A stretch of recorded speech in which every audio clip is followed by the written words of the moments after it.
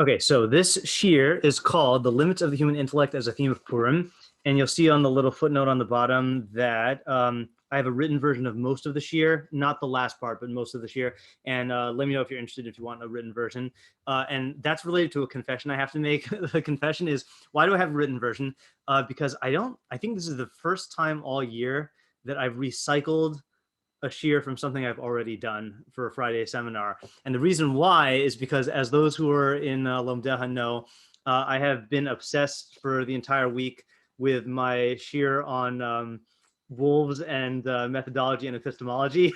And I was so obsessed with it. And when I realized that this topic is exactly like an extension of that, I had to give shir on this because I thought it would be a really good compliment for yesterday. So that's why I'm recycling the thing. That's just a little bit of a confession. If you haven't listened to that shir, then you can find it on my YouTube channel, or I'll send you a link. Okay, so without further ado, we have we're going to start off with the lamdan term of the day. Okay, does anyone know what a pischa or a pesichta is? And it's a genre of midrash. I don't know if this is something that like people have learned before. So literally, it means a preface or an opening text like a Pesach, but it's a midrash that is a preface for giving drushos on an entire sefer. Okay, so in other words, it was given by the Tanaim. So let's say I was one of the Tanaim, and I was going to give you I was going to take a sefer of Tanakh and then go through like an entire drasha of every pasuk.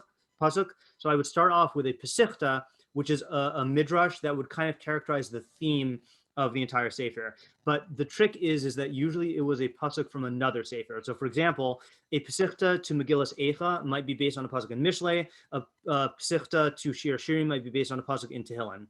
So what we're going to do today is, number one, we're going to learn through one pischa on Megilas Esther, which is going to reveal a major theme of Purim. Number two is, in doing this, I'm going to try to give you a method for how to learn pesichtos. I don't know how to learn pesichtos, but I know how to learn this one, and this is the method I use for other ones.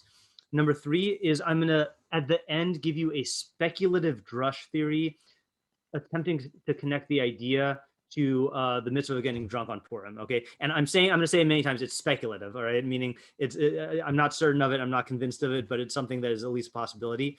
And then the secret goal, which is not going to be, I'm not going to talk about it, don't worry, is to relate this to yesterday's shir of wolves, men, and methodology.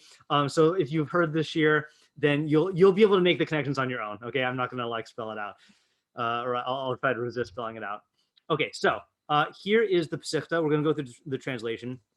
So Rabbi Shmuel bar Nachmani began his drushos on Megillah with this preface. So it's a pasuk from Yeshayahu 55:13, which says, "In place of the thorn, a cypress will rise, and in place of the nettle, a myrtle will rise, and it shall be for Hashem for a name, for an everlasting sign that shall not be cut off." Now, just to make sure that we all know what these plants are, so I have pictures, okay? So thorns, I feel like people know what they look like. Those are thorns. Cypress is a very tall, majestic tree. I guess these are from Israel, okay? Nettles are those leaves with the spiny like edges, or like pokey, triangular edges. And then a myrtle we know from like Hadassim, from like Sukkot, but I had not seen a myrtle tree before. So that's a myrtle tree. Okay, so in place of a thorn will be a cypress, in place of a nettle will be a myrtle. Okay, so here's what Shmuel bar Nachmani does. So he quotes the pasuk, and then he's going to break down each pasuk and relate it to Megillah. So he says, in place of the thorn, this means in place of the evil Haman, who made himself into an object of avodah zarah, as it is written, and upon all thorns and upon all branches. So I feel like this is something that a midrash that they tell you in grade school. Like the whole question is, why didn't Mordechai bow down to Haman? So the two answers given by Chazal are either that Haman was wearing avodah zarah on his chest, and Mordechai didn't want to bow down in front of that avodah zarah, or Haman made himself into avodah zarah and had people worship him. So this midrash is going with that opinion. Okay, so that's the thorn.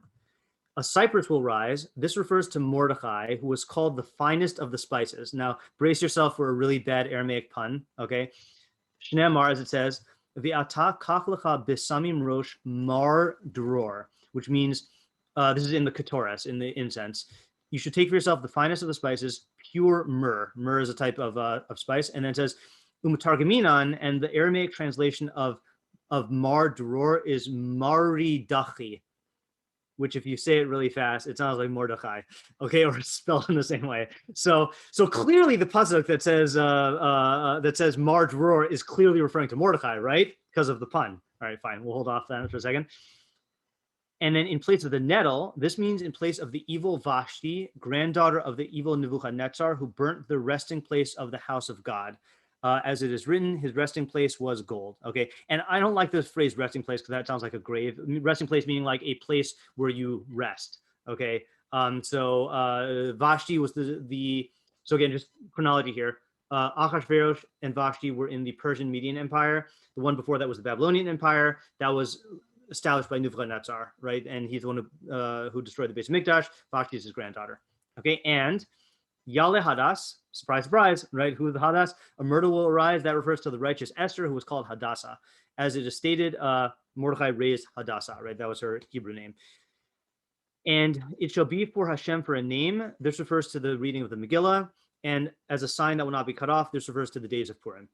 So just to show it all on one screen, and I color-coded it just so you can see what refers to what. So you've got the thorn is Haman, the cypress is Mordechai, the nettle is Vashti, the myrtle is Esther, the name is the reading of the Megilah, and the everlasting sign that will not be cut off is Purim. Okay, so let's stop here for 1 second.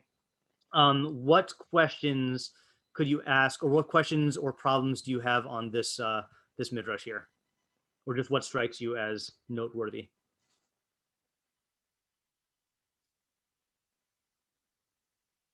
Noteworthy or weird?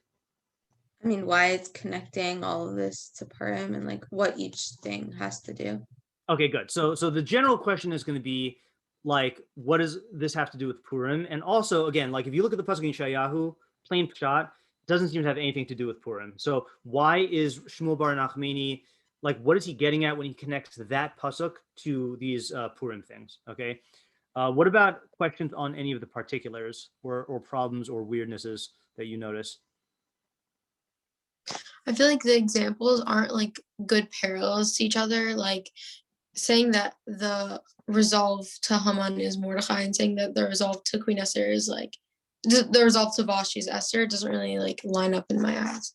Okay, I hear that. Okay, yeah. In fact, the thing that it says about Haman is, you know, and the thing it says about Mordechai don't really seem to have anything to do with each other. So, oops, sorry, that is from yesterday's alarm.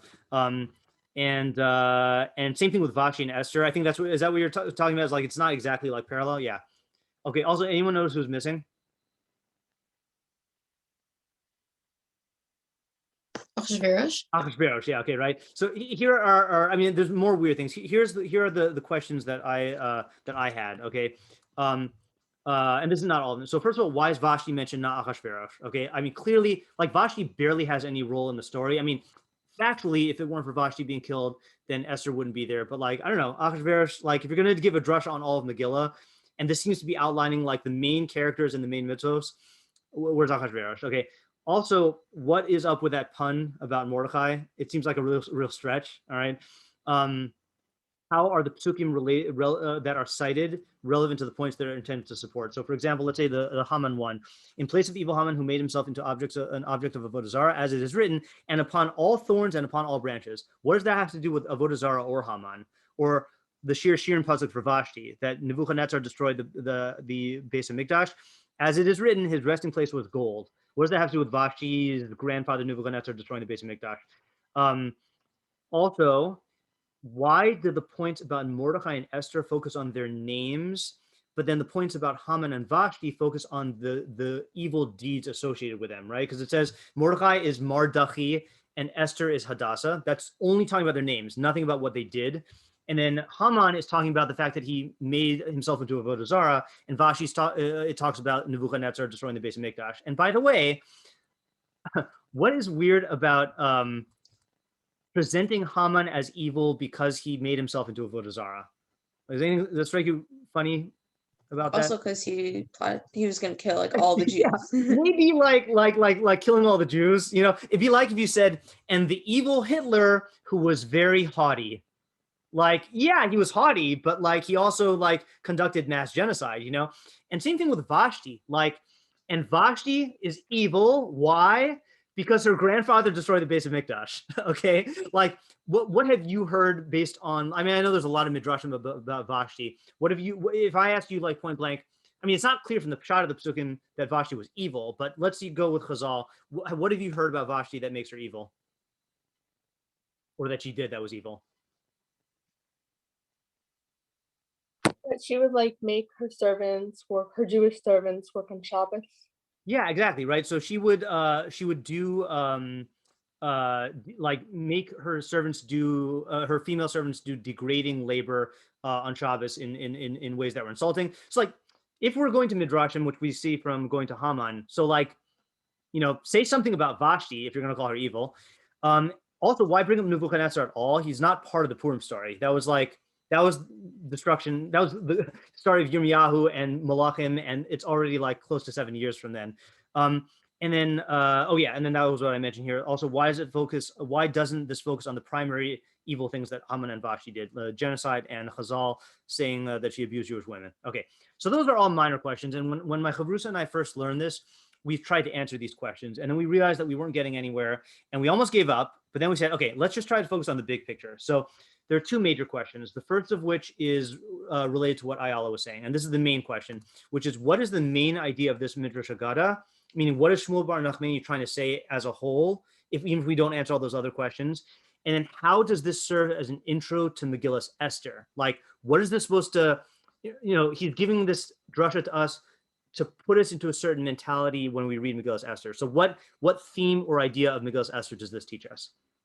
Okay, now here's the method, okay? And again, I don't know if this is a good method for all pischas, but this is the method we use.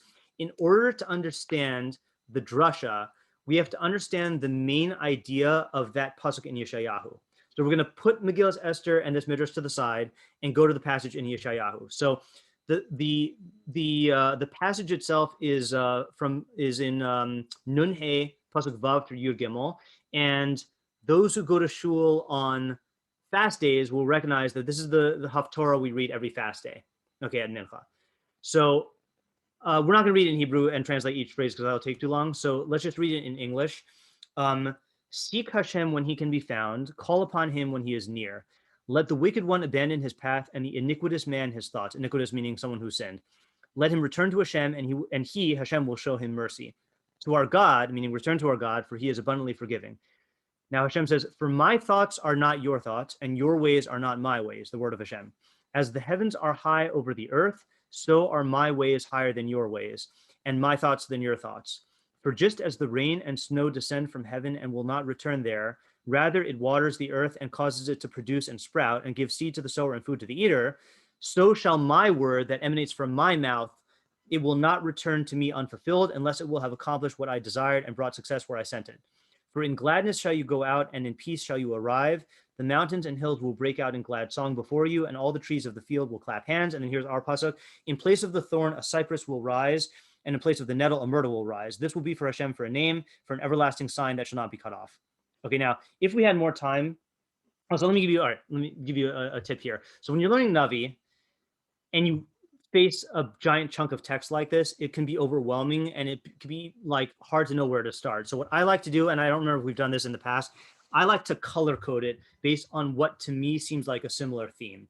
So if we had time, I would ask you where you think you would color code it, but I'm going to go ahead and like cheat. Okay. So to my mind, there are 3 sections. Okay. So we've got the yellow, the blue, and the green. So what we're going to do now is just try to figure out what is the main theme of each section and what's the main idea. And then we'll put together an idea of the whole thing afterwards. Okay, so starting off with this section, okay, 6 through 9. If you look at that, what would you say is the main theme or the main idea? Like what jumps out at you as possibilities? I'm not expecting a fully formed idea here.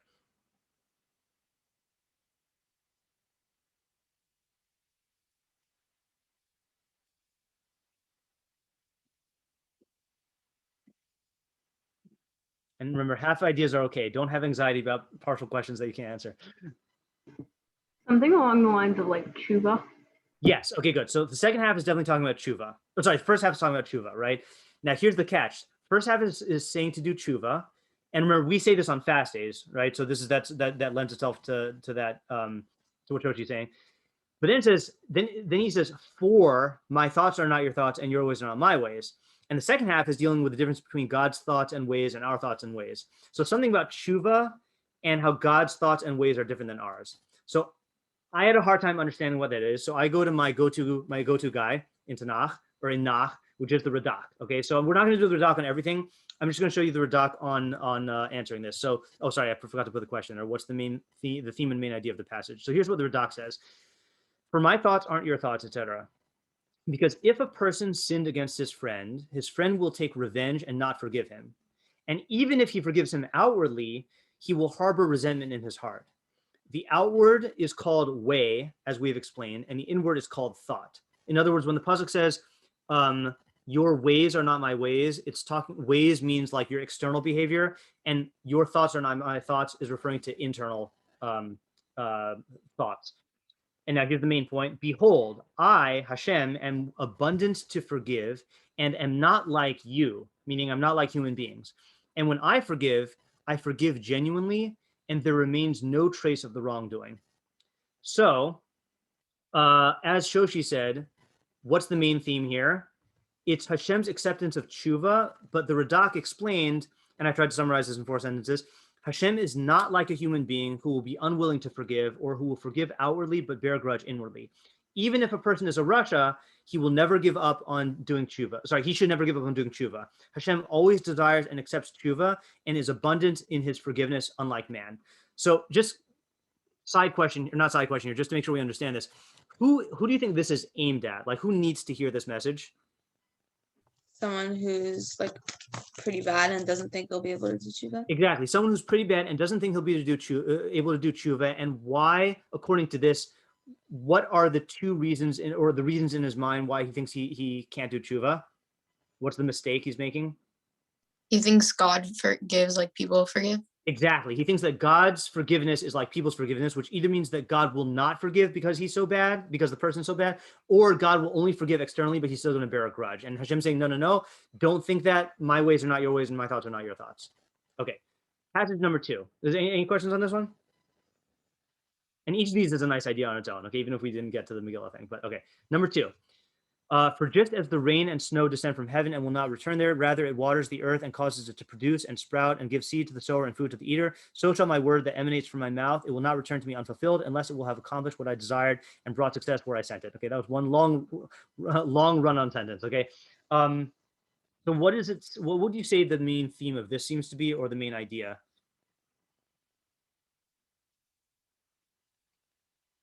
I mean, clearly it's a mashal and a nimshal, right? So if you can think about what is the nimshal, like what's the message, and then what does he gain from using this mashal?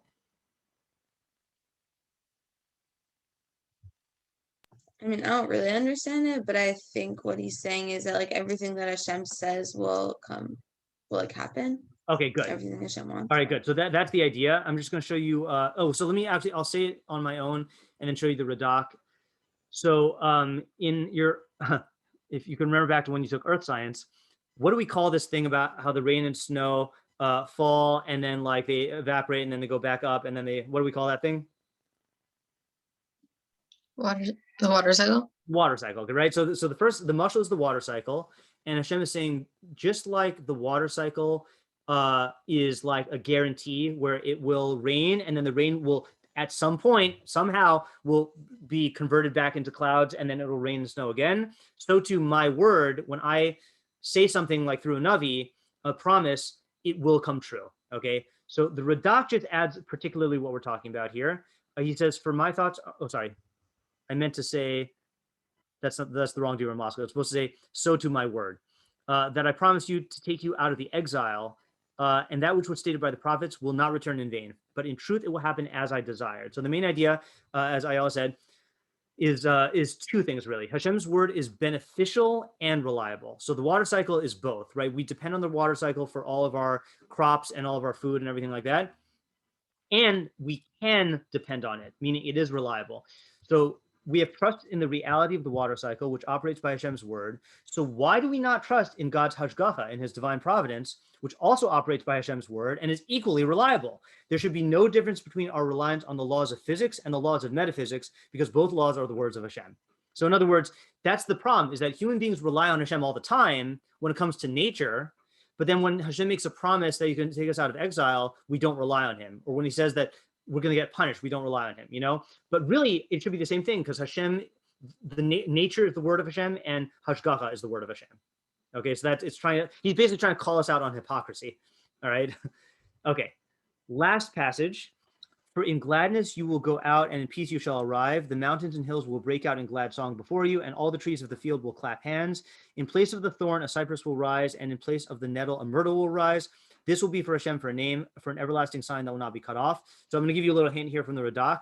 Radak says, in gladness you shall go out from exile, and in peace you shall arrive in your land. The mountains and hills and all the trees of the field, this is by way of allegory that the entire world will rejoice, and then they will clap their hands in joy. So according to him, what is the main point or theme of this passage here?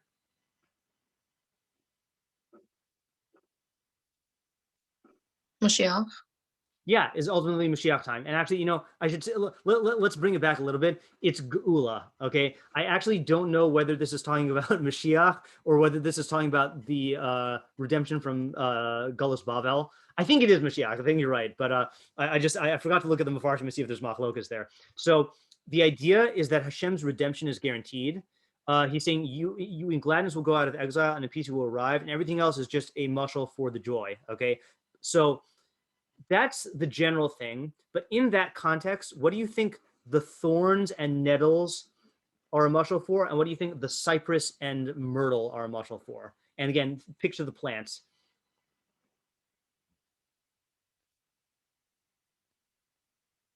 And think about the context. And think about how thorns and nettles make you feel. And think about how cypresses and myrtles make you feel. Going on the assumption that this is Mashiach, could like the that's fine. I'm fine taking thorns that. and nettles be like Gog and Magog type of? Okay, good. So I think, I don't know about Gog and Magog specifically, but I would extend that to basically, well, actually, all right, hold on a second. So Gog and Magog is going to be in the events prior to Mashiach. So that's already in part of the Geula process. So you could say that.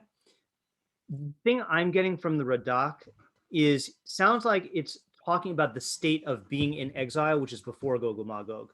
So what in our exile do you think it's referring to when it's talking about thorns and nettles?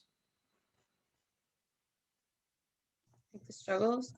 Yeah, all of the Bad bad stuff, right? All of the, whether it's enemies or anti-Semitism or like poverty or affliction or just all the bad stuff, okay? In exile, those things will be replaced with these majestic, beautiful trees.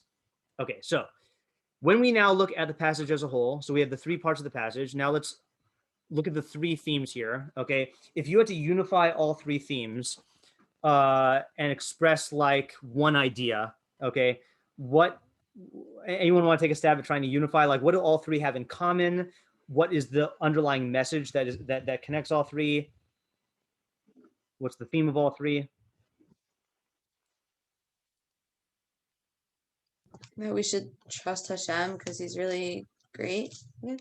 Okay, good. So we should trust Hashem because he's really great. So that takes care of the second and third. But can you incorporate the tshuva and the his thoughts are not our thoughts thing into that somehow? Like he's really great and we should trust him, meaning he's above us and he accepts our tshuva, which is like a really chesed thing to do. I guess. Good. Okay, so here's how, oopsies. Oh, I'm pressing backwards. That's why I'm going backwards. I was clicking the wrong thing. Okay, so here's what I think the answer to question number 2 is. Okay, what's the main idea of the passage? So I actually think that everything could be unified under the opening pasuk. Okay, for my thoughts are not your thoughts, and your ways are not my ways, the word of Hashem. Meaning that the only reason why we wouldn't do, well, actually, let me get back to this for 1 second. All right, I'm going to quote you a Rambam, which is going to come up later on in Eov. But I just thought the Rambam says this so well, and this is like the best way of saying this point here. Okay, so here's what the Rambam says in the More Nevuchim. How can we think that God's management, his hanhaga, meaning the way he governs the world, and his hashgacha, his supervision over his creations, is at all similar to our management of what we manage and supervision over what we supervise? Okay, meaning we're idiots if we think that God manages things in the same way that we do, or God supervises the same as we do. Rather, the term supervision, hashgacha, as applied to him, is not the same concept as our supervision, nor is his management, his hanhaga of his creations, the same concept as our management of what we manage. The two concepts are not even comprised in one and the same definition, as is thought by those who are confused. And there's nothing in common between the two except in name alone. In our davening group, we might have talked about this, that there are two types of similar terms. There's analogous and there's equivocal. Okay, analogous is when you use the same term to describe similar things. So, for example, like if you said a sharp knife and a sharp pain, okay, or a sharp pang of hunger. So you're using the word sharp in ways that are not exactly the same. A sharp knife means like the physical, like cutting ability of the knife, whereas a sharp pang of hunger is like a feeling, but they're analogous. Okay, but then there are other words that are equivocal, which means that it's the same word, but they mean completely different things. Like I wrote down a word with a pen, or I put the pig in a pig pen. The word pen as a writing instrument and pen as an enclosure have nothing to do with each other. Or the robber robbed the bank, and the river overflowed its banks. Bank there has nothing to do with the two terms have nothing to do with each other. So Rambam is saying same thing when we talk about God's supervision and his management. It's completely different than what we mean by our supervision and management. And he goes on, in the same way, our actions do not resemble his actions, and the two are not comprised in one and the same definition. Just as natural acts differ from craftsmanship, so do divine management, supervision, and intention in these natural phenomena differ from our management, supervision, and intention of what we manage, supervise, and intend. So that's like the sense that we get from this pasuk in Yeshayahu, is that we have a way of thinking. God, and we talk about God as though he's thinking, but God's thoughts are completely nothing to do with our thoughts and don't operate in the same way. It's just an equivocal term. And same thing when we say that we have a way of operating, we have behavior, we have actions. God's behavior, actions, and ways have nothing to do with our ways. It's completely foreign. So what's the main idea when we spell it out? When we say his thoughts and ways are not like ours? So Yeshayahu is pointing out three manifestations of this error. Okay, number one is we don't do tshuva because we think of Hashem in the same way as we think of an unforgiving human being. And therefore we say, oh, there's no way he's going to forgive us for this. It's too bad. But that's a mistake. Really, God is abundantly forgiving. Number two, we don't trust that his words are true and will yield benefit, because with a human being, someone makes you a promise, it's not guaranteed it's going to come true. But with Hashem, it will always come true if it's a good promise. And number three, when we see the overgrown thorns and nettles of our current state of exile, meaning all of the troubles and suffering and attacks and oppression, we can't imagine that those will be replaced by lush growth. It'd be like if you said, oh, see that thorn over there? The thorn's going to turn into a cypress. Like, no, that doesn't happen in the human world. So we don't believe that the joy of the Geula will replace the sorrow and oppression of Galus. But that's a mistake because Hashem can make that happen. Okay, and so all three are mistakes that stem from comparing Hashem to human beings. Okay, so that's the explanation of Yeshayahu. Okay, any questions on this before we go and answer question number one about Megilas Esther? Okay, so now the question is, how does this? What's the idea in reference to Megillah, to this Midrash? And how does it serve as an intro to Megilas Esther? Anyone want to take a stab? Here, I'll put this back here. Anyone want to take a stab at what the Midrash is saying about Megilas Esther? And there are different directions you could take from this, okay? Just because you don't end up saying the idea that I'm going to say does not mean that you're wrong. And remember, think, how does this make for a good intro to Megilas Esther? And how might this change your reading of Megilas Esther, or be a theme of Megilas Esther?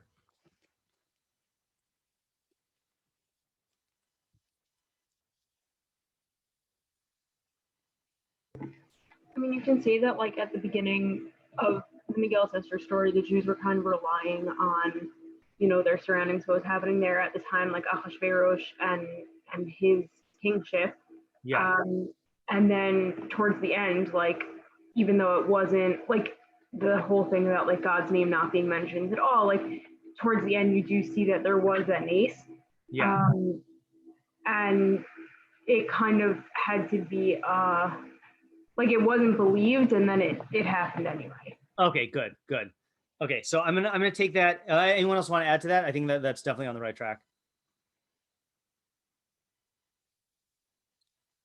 Okay, so I'm going to take that and just expand it just slightly into like a more into a point for point Yeshayahu framework. Okay, so the Jews in Shushan might have made the same mistake that Yeshayahu warned about, which is equating Hashem's ways with our ways. Okay, and like Shoshi said in the beginning of the story, that's how they were, is that they were just kind of partying in Shushan and not really focusing on avodas Hashem the way they should have. I actually just recently learned from a book that was talking about the history, like the historical period. I didn't know this, but apparently, if you Achashverosh was his English name was Xerxes, and if you follow the timeline, I didn't know this, that apparently the base of Mikdash was built and up during the time of the Purim story.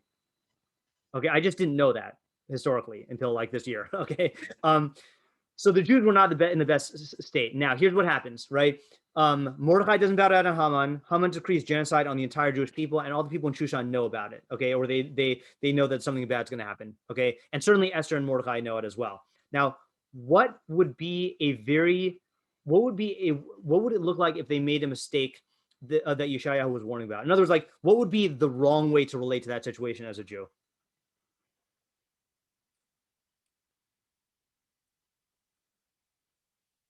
If you were in that situation, right? Let's say tomorrow we found out that all of the Jews in America were going to be, that there was a government edict and all the Jews were going to be exterminated in a week. So what would we feel? What would we be tempted to feel? Hashem's mad at us or something. Okay, Hashem's mad at us. That's true. What would we feel about what? Yeah, go ahead. Oh, maybe thinking that we were too far gone and that there wasn't hope for redemption. Yes. Okay, I think we would feel hopeless. Okay, we would feel we are doomed. Nothing is going to save us. Like we're going to die. Okay, but the Jews in Purim, in the event of Purim, did not make that mistake. Okay, what did they do? So they, led by Mordechai and Esther, they trusted in the word of Hashem. Right? Hashem made a promise that Klal Yisrael will always exist because he made a promise to the Avos. Okay, so they trusted in that promise. Hashem made a promise in Sefer Devarim, which the Rambam says is the theme of Purim, by the way, of Hashem Elokeinu b'chol kara'enu elav, that God will respond to us whenever we call out to him. Okay, and especially when the entire Jewish people is in danger, and so they trusted in that. Okay, they trusted in the fact that there would be a redemption, which the Nevi'im had promised. Like Yirmiyahu made the promise that there would be 70 years and they would be redeemed. And other Nevi'im also made the promises that they'd be redeemed. So they trusted in the word of Hashem. Okay. They took action on it. They fasted, they davened, they did tshuva. Okay. So they weren't deterred by Yeshayahu's first point of saying, oh, we shouldn't do tshuva because we're hopeless. They weren't deterred by his second point of we don't believe in the word of Hashem. No, they did tshuva, they believed in the word of Hashem. And then they relied on the Torah, meaning all of the guidelines of Torah that we just said, and their chachma, meaning Esther, as we know, as we talked about in previous years, Esther used very, very mishleic chachma to skillfully manipulate all the factors and like plan out what the best way to like boost Haman's ego and like get Achashverosh to be on her side. They relied on chachma and turned to Hashem and did tshuva and fasted and did everything in their power to bring salvation. And what happened? What was the result? It was v'nahapohu. It was a complete reversal, which is contrary to all human expectations. In other words, not only did they get saved when they thought they weren't going to be saved, they became victorious and got to kill all of their enemies. And not only did like the Jews, escape from being, stamped out like cockroaches, but their greatest chachama ascended to the position of the greatest influence, and their greatest chacham, ascended to the position of being second in power to the king, and it was a complete reversal, unlike any of our expectations. Okay, so the thing is that this story exemplifies the idea in that pasuk in Yeshayahu, which is when we Jews find ourselves faced with what seems hopeless, okay, and we are tempted to not do tshuva and to not believe that Hashem will fulfill his promises, and looking around at all the thorns and nettles and saying like, how could there ever be like cypresses and myrtles here?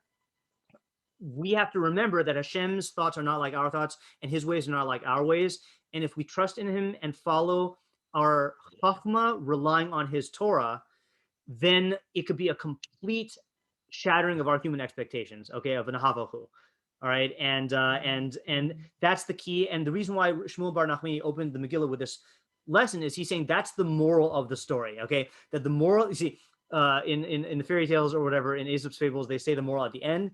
We say the moral at the beginning. The moral of the story when you hear the Megillah is realize that your thoughts are not like God's thoughts and your ways are not like his ways. Rely on his word and you will be surprised in ways that are not like in line with what you thought was going to happen.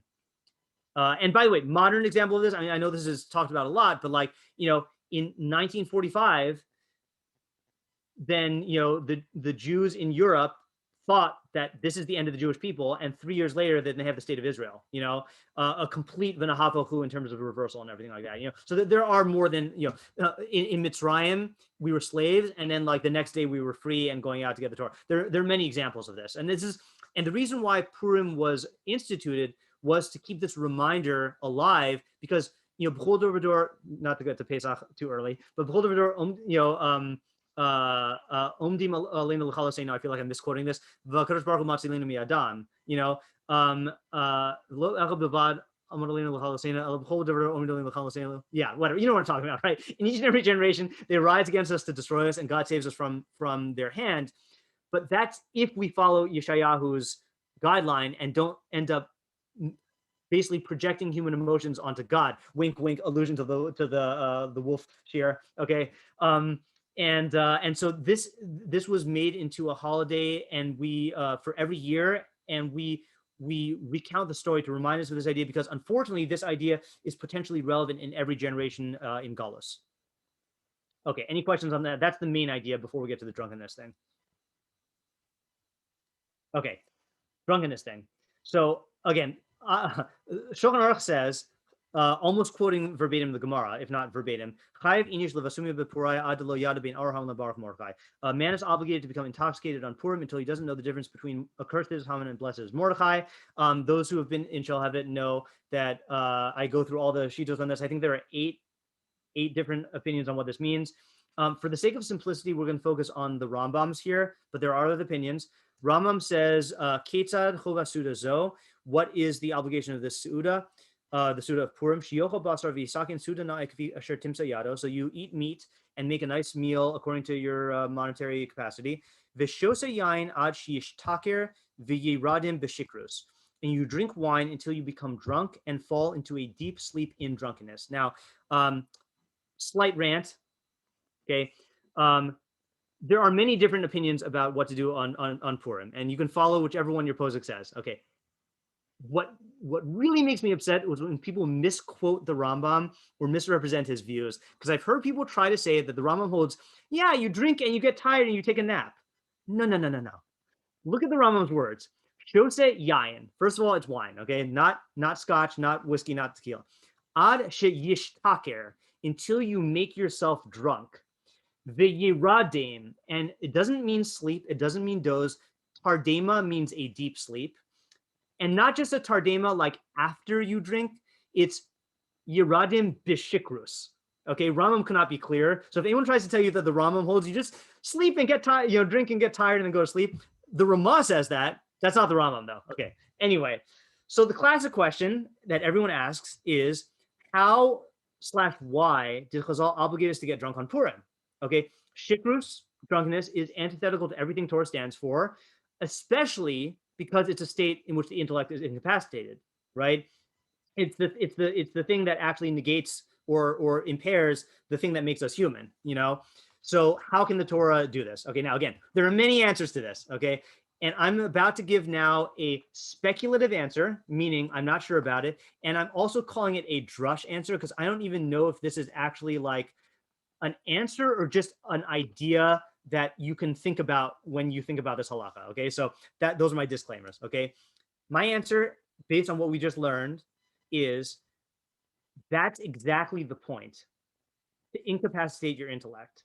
Okay, the events of Purim were brought about by the intellects of Mordechai and Esther. Okay, and I heard a share from Rabbi Chait that each of them relied on the intellect in a different way. So Mordechai relied on his intellect theoretically and philosophically, which was Haman made himself into avodah zarah, and Mordecai says, I don't care like what you're making me do and what the consequences are. I am not going to abandon my belief in Hashem and like a firm belief in avodah zarah. So that's in the realm of like your beliefs and your values. So that's Mordecai. Esther exercised her intellect in terms of the planning, in terms of the mishleic thinking of like doing everything she could, making all these plans and like relying on her mind to like get them out of this bad situation. Okay. But in both, especially with Esther, there is a danger of kochiv otim yadi, where you feel that because you relied on your own intellect, that's what made you succeed. Or because the Jews relied on their plans, like then, you know, we saved ourselves. And what about the text of the Megillah makes it especially prone to like writing Hashem out of the picture? Classic answer. Doesn't say Hashem's name. Doesn't say Hashem's name, right? So there's a danger. So on the one hand, Purim is a holiday about the primacy of the human intellect and how the human intellect is what Mordecai stood for, like his knowledge of God and his refusal to acknowledge the truth of avodah zarah, and the human intellect in Esther, which brought about the salvation. But there's a danger that if you made that the theme, you'd basically end up deifying the human intellect and thinking that the human intellect is like supreme and attributing your success to the human intellect. So what do? Is we counteract this with a requirement to culminate our Simchas Purim with an act of incapacitating our intellect, which is exactly how the Gemara says, by the way. You drink until you don't know the difference between Ar Haman and Baruch Mordechai, which the Vilna Gaon, as explained by Rabbi Chait, says it means that you drink and get drunk to the point where you can no longer follow the strategies that Mordechai and Esther use to succeed, and like the bad plans and decisions that Haman and Achashverosh made that brought about their downfall. So you drink and get drunk to the point where you can't apply your intellect to that, to understanding that. And that is making it real to you that the human intellect is intrinsically limited, meaning limited in what it can and can't understand, and limited in the fact that you can have the greatest plans, but unless Hashem facilitates them and helps them succeed, then you won't succeed. You cannot rely on your intellect alone. And ultimately, it reinforces this idea that there is a limit to what the human mind can understand about Hashem's actions, that God's ways are beyond our thoughts, you know. So it is the one time we engage in an act in Judaism which incapacitates our intellect, but that's because one of the themes of Purim is recognizing the limits of our own intellect and how it is dependent on Hashem to act in ways that we can't even begin to understand. So the takeaways, and then we'll end, is number one, I've tried to boil it down to 3 takeaways. Number one, Kriyas HaMegillah and Purim were instituted to remind us never to give up hope and salvation, no matter how dire the situation looks for the Jewish people. Number 2, if you gave up hope and didn't do tshuva or didn't believe in Hashem's promises or thought that the exile is going to last forever, that would be assuming that Hashem's ways are our ways and His thoughts are our thoughts, which is a big mistake. And then the moral of the story is, even though we have to rely on our intellect, that's the only way to relate to Hashem and to His Torah. That's like the Rambam says, the idea behind Yamaka is to remind us that there is a king above us at all times, and that king is our link to Hashem. And the king, what's the king? Is the intellect. You know, is the intellect is our only way to relate to Hashem, because without that we would be like animals. So we have to rely on our intellect, but recognize that the human intellect is limited in what it can do and limited in its ability to succeed. And therefore we have to subordinate our intellect to Hashem when that is warranted and when we reach our limits. So that is the end of the shir. And I guess if I don't, see you, then have a happy Purim and a safe Purim and all that other stuff that people say, a non-COVID Purim. And as usual, I'll take questions if there are any. Thank you so much. You're welcome. Thank you. You're welcome. Thank Have a good you. job. I have a question that's Sure. not relating to the shiur. Okay, go ahead. I was alerted to the importance of pronouncing every word correctly with the ayin. Okay. Okay. And but so I tried to do it, but I found that it's hurting my throat. What do you say about that? I don't know. Is it like, what can I do? I mean, first of all, according to most Ashkenazic, are you Ashkenazic? No. No. Okay. So I guess you have to ask your posek then, because I know many Ashkenazic poskim hold that that Ashkenazim, since we kind of lost that distinction, then we don't make the distinction anymore, and you don't have to do it. Others hold that you should still try. It is, yeah. It is learnable, okay, and the proof is that people learn Arabic every day, and in Arabic, then the sound is preserved. And so I guess I would, if you want to do it, or if you hold you should do it, then practice by listening to recordings of people reading and with the Ayin pronunciation and doing it. And look, I mean, it might be some people have a really hard time, like there are some non-Jews who can't pronounce the ch sound, and it's a little kind of adorable, but like I think it is learnable, and there might even be more sophisticated ways to learn it, like when talk to maybe talk to a speech pathologist who does pronounce the ayin, because speech pathologists like focus on how to consciously teach people to make sounds that everyone else does unthinkingly, so maybe they can do that, but look, there is what to rely on if you can't do it. Okay, that's good. Rabbi Chid is my question. I actually understand Arabic, but I've never been able to speak it because of the pronunciation. Oh, yeah. Yeah, I mean, there are other things also, like one thing that I've been trying to do. I mean, my personal practice, I didn't ask this for Psak, is I got this from another one of my Rebbeim, is when I read the Shema, I try to do it, and same thing like with the Arabic, or the authentic kuf and kaf are pronounced differently. The kaf is with the front of the mouth, and the kuf, I can't really do it, like Yaakov. Like that. Yeah. So I could do it. I could do it, but it hurts my throat. Really hurts my throat. Yeah. So maybe you're just not cut out for it. I don't know. Yeah, I think so. I think you're right. Have a good Shabbat. Thank you. Yep. Shabbat shalom. Okay, if that's it. Anyone else? I have a question for you. Yes. Okay, so what would you do in a case of, like, let's say you have to work on Purim and can't like sit down and have a full Suda and can't drink? Like, how would you go about fulfilling that? Well, I mean, you'd probably have to rely on one of the more lenient opinions, like there's the opinion, I mean, the most lenient opinion is that it's usher to get drunk on Purim. Okay, so like, that's the Meiri and the Rabbeinu Ephraim, I believe, and maybe one other posek. So that would be that. You would still have to have a Suda on Purim, and minimal Suda is like, kazayas of bread and some nice food, and like, if you have to work, I mean, unless it's like saving lives or something like that, like we have to keep our mitzvos, so like make it work, but another opinion, there's another opinion also that if you just drink yoser milimudo, you drink a little bit more than you usually drink. So like if you usually drink 1 cup, then you drink 2, so that's not necessarily going to get everyone drunk, depending on how much they usually drink. So there's opinions to rely on, but yeah, I mean, generally speaking, you have to try to make it work. What was that? If it wasn't Friday, it wouldn't be an issue because I could. Yeah, this year's harder. This year's definitely much harder.